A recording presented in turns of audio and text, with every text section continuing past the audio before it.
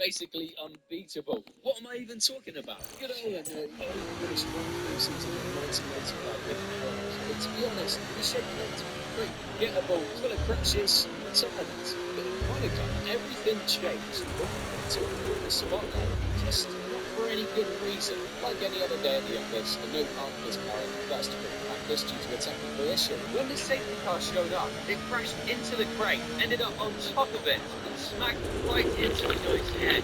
No word for this. The hit was so hard that Noid passed out. Luckily, he survived the race on Sunday, kept racking up for a time, not knowing he'd be back in the spotlight just a few races later. In Hungary, his engine blew on lap 13. That's when Inouye jumped out of his car to grab a fire extinguisher.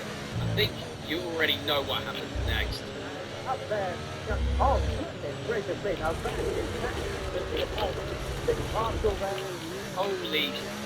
Did the safety car driver have a thing for running him over or what? Poor Inouye was taken to the hospital, but thankfully he was back in time for the next race. And even though his F1 career ended just 7 races later, he became the only driver to get run over by the safety car not once, but twice, making him an absolute F1 legend. After dominating F1, Inouye decided to become an internet legend, because you can. I've even heard of his daily fuel-up too. I bet Inouye's got a spot in history next to Hans Heyer, a name you've probably never heard of. But his short and ridiculous F1 story is absolutely wild. Here's the deal. Heyer was a solid touring car driver in Germany in the 70s, but somehow got invited to race the German GP in 1977 by the ATS team.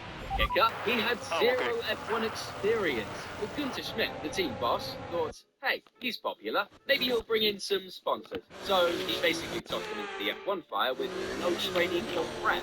As you can guess, this genius idea ended with Heyer being way too slow to qualify. So technically, that should have been the end of his brief F1 career, technically. On Sunday, Heyer still wanted to show the fans what he's got, or what he didn't. So he casually strolled into the team's garage, hopped into his car like he was about to race, just waiting for some miracle to happen. And guess what? That miracle actually did happen. There was an issue with the traffic light at the start, so someone decided it was a good idea to kick off the race waving the German flag. That, my friend, just caused pure chaos at the grid, with some drivers crashing into each other and they confused as hell. What did Heyer do? He just drove onto the track, sneaking into the race. And I guess Heyer must have been a pretty good guy, because even the marshals didn't say anything, and the crowd started cheering for him. Legend. At this point, nothing makes sense anymore, but 9 laps later, his little adventure ended when his transmission gave out. Only then he got disqualified, which makes him the only driver in F1 history to sneak into a race and somehow end up with a DNQ, DNS, DNF, and DSQ all at the same time. Crazy, but true. What's the story? But don't worry, I've got a few more that will totally blow your mind. And since we've been stuck talking about the back of the grid forever, let's finally switch it up and talk about the front. Next scene, Kellis, 1997. Big Schmidt, it's the season finale. Schumacher is looking for the championship and just 1 point ahead of Villeneuve. It's all or nothing. On Saturday, in the last few minutes, goes for the 47. This will be 121.072.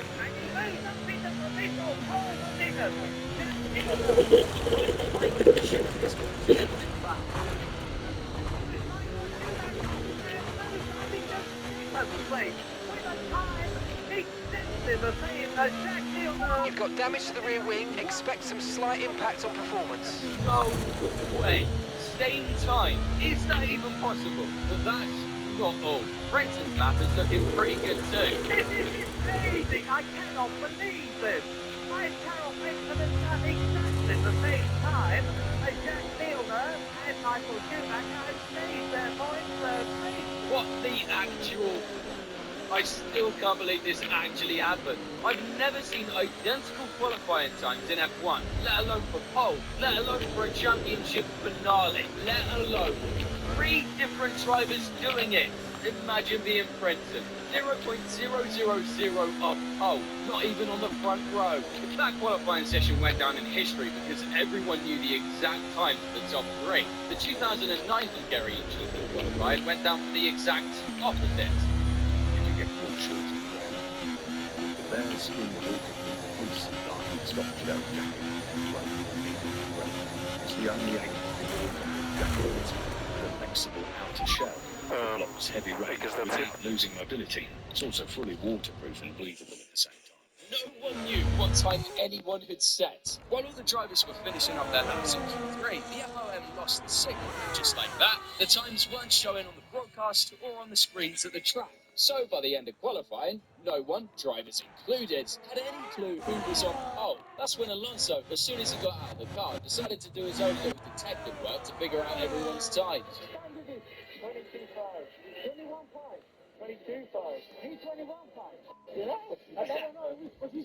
Hit by debris and went off. And has been treated. Crazy, right? Slowly but surely they started putting things together. And yeah, just like Alonso's done investigations suggested, the FOM kicked on, Nando has got the pole. Is there any more Damage to the rear wing. You've got damage to your rear wing. Moment we've had at the Hungarian. Let's rewind to 2021. Some information on Sargent. Okay, it looks like the problem's terminal. They're retiring the car.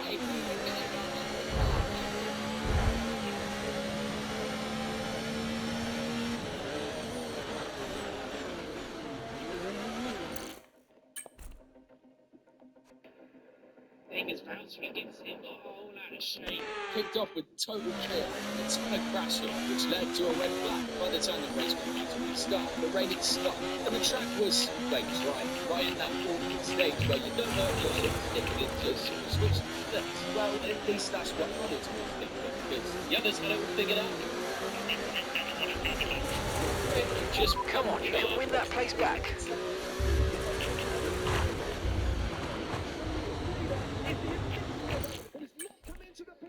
Wow.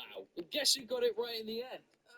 Not Hamilton. He lost a bunch of positions, but you got to admit, his solo pick on the grid looks pretty badass, right? As crazy as it sounds, that's not even the beginning start in history. That only goes to the 1999 European GT with the Nürburgring.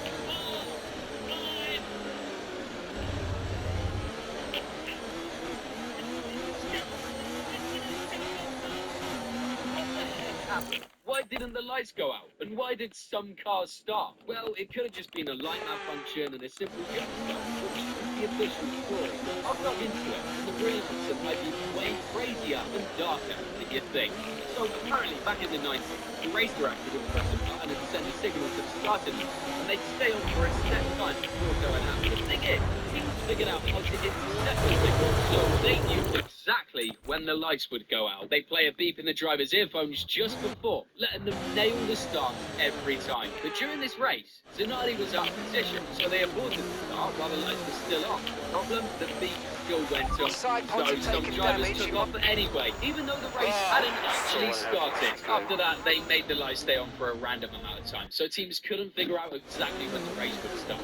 Now, it's all on the drivers to react when the lights finally go out. I'm not 100% sure if this is legit, but what the f***, it makes so much sense, right? There's also this theory that the FIA purposely kept the lights on to catch teams cheating. Yep, the more I dig, the darker it gets. Gee, FIA, we love you, don't bounce the champions fantasy. If that's a weird way to start, it's way to get in. 20 qualifying. Honestly, I don't think I've ever seen anything like it. It was the start of Q3 when Raikkonen crashed.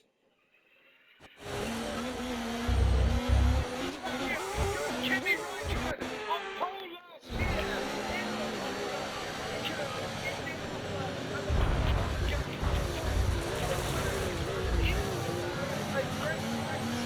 Everyone went back to the pits, and by the time they got going again, there was 6 minutes and 35 seconds Good left. job, Crazy nice fast. They were overtake. all inside their cars, ready, but no one wanted to go out. The reason? Well, with those super long straights at Monza, the slipstream is crucial, and they all wanted to follow someone else. So with 1 minute and 35 seconds left, Hulk finally went out, and like a bunch of hyenas, they all followed him. Funny part, he didn't even take the first chicane, trying to let someone pass. But turns out, no one wanted to, leading to this bizarre scene. Not going to get to the checkered flag in time and start their final lap, and they're all queuing up here. None of them will get to the checkered flag at this pace. I don't think they will. With this whole ridiculous mess, time was running out. 3, 2, and 1, and I don't think they've made it. Guys. They've not made it. And just like that, in the most absurd way possible, no one managed to set a lap. So Leclerc actually took pole with his final first try. Pole position anyway, guys. Thanks for everything. Sorry for the mess in the last lap, but Hands down, the most surreal pole ever. But 2019 had yet another what the f moment in Monaco. As usual in the Principality, Bodywork's the taken a safety few car scrapes, try not to it's make time it for the any drivers worse, to pit please. while the marshals cleaned up the track. That's what the cars, without giving a damn about their lives, just walked across the main straight. And yep, Oh, okay. the car was coming at them. No way. How the hell did Checo even dodge both of them? man, what was wrong with those marshals? That nearly killed him. They're on him. It was so close. I was just Green flag. saying what happened during one of the free practices. So in 2007, slammed into the barriers at the centre. The arrow was wrecked. The medical car Come rushed on, right what up the happened track to- and parked next to it. And while the drivers were slowing down, I felt holy shit. He looked like he was doing the lap of his life, not even thinking about braking. What that actually not gonna lie, the medical car was hilarious. But my god, that could have ended really, really badly. Such a miracle. Turns out Highfield never saw any yellow flags, which is why he was going on with Romania. Sometimes the action isn't just on track, it's off it too. If you want to see what I mean, check out this video, featuring fans like you and me. Well, maybe a little crazier. And as always,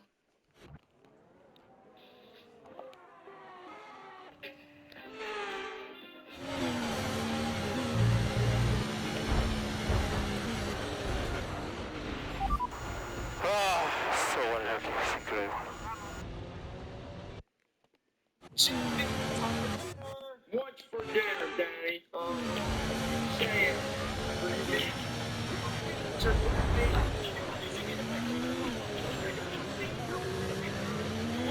Jimmy. I'll get you a stupid sandwich.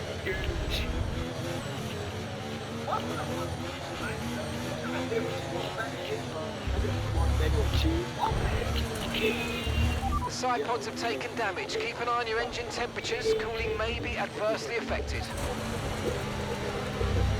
Take some bacon. Yeah, I'll take some roast beef.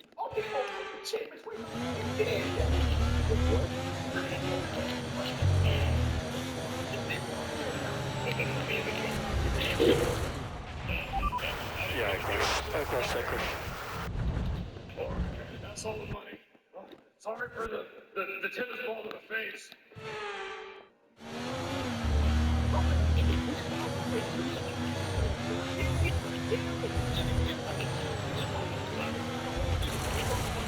Go back and get my sandwich. Shut up about your stupid sandwich.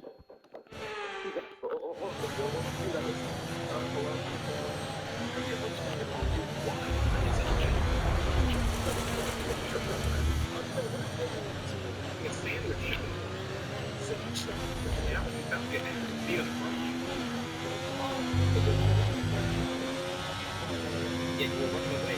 Let's rob the sandwich shop.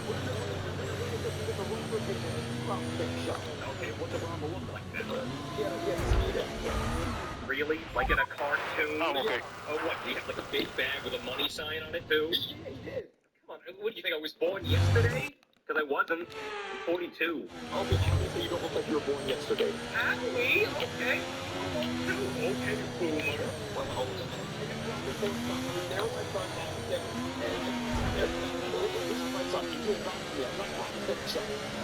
All right, officer, there's my son who was with me during the robberies. Hey, Daddy, I just opened up my piggy bank.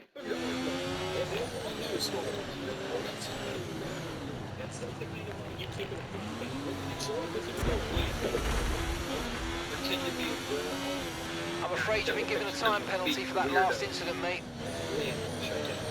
Hey, if you don't behave yourself from now on, we're going to end up disqualified.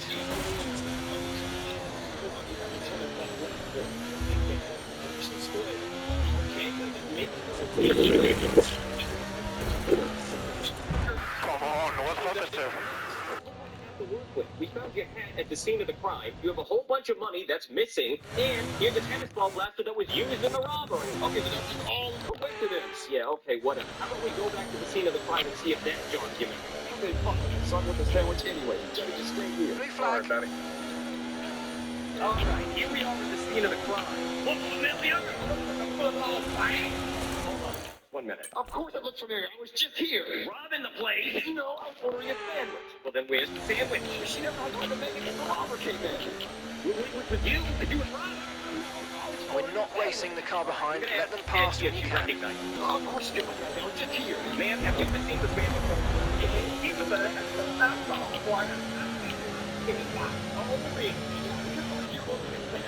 Now, ma'am, did you send you before he got you out of the tennis ball? He was trying to get a whole thing of a week. This doesn't look too good for you, buddy.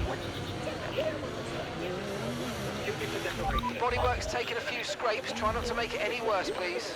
We have the witness here that was here on the day of the robbery, and we found you at the scene of the crime. Or just didn't check her fingerprints. You're wearing gloves. Oh, come on. You're coming with me. No, tell the truth. All right, say bye to your son. All right, Jeffy. Apparently I'm going to jail for armed robbery. How long are you going to be gone for, Daddy? Blue flag, blue flag.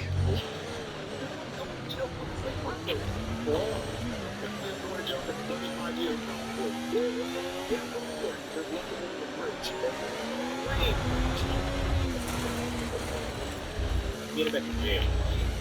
Oh my goodness, talk to me straight. What are you?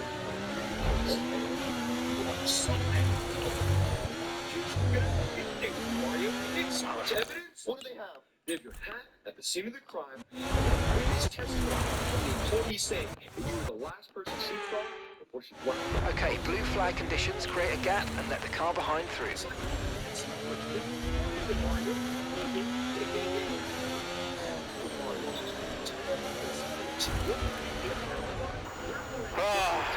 unhappy. You to shut that dirty little mouth. I never want to hear you say that again. I was at the restaurant. You are on the beach.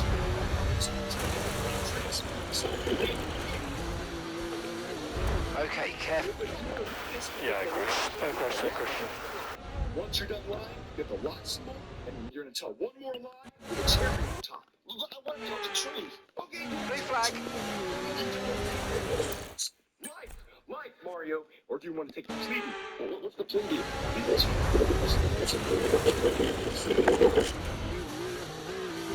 Tell the truth. Let me see what I can do. Okay, come on, get the plea deal. Let me see what I can do. Side pods have taken damage. Keep an eye on your engine temperatures. Cooling may be adversely affected. Okay, black flag, we're out of the race. Shut up, Mario. Let me do it. Okay. All rise for the order of new strong bar. Order is now in session. Mario, you will be in charge with armed robbery. How do you plead? Your Honor, we would like to take the plea deal. 15 years in federal. And an award-winning day for Oscar Piastri Okay. as he takes the checkered flag.